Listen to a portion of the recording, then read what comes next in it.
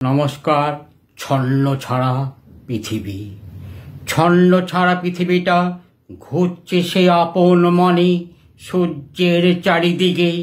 পৃথিবী বন্দী হয়েছে আজ মানুষের হাতে। কোথায় জল আর কোথায় সবুজ, সব তো ব্যস্ত বড় বড় অট্টালিকা আর কংক্রিটের দালান গড়তে। কোথায় সবুজ, সব হয়েছে ধ্বংস। ভূমি ফাটছে, জল শুকোচ্ছে, দিকে দিকে জল জল করে মানুষ করছে ছটপট।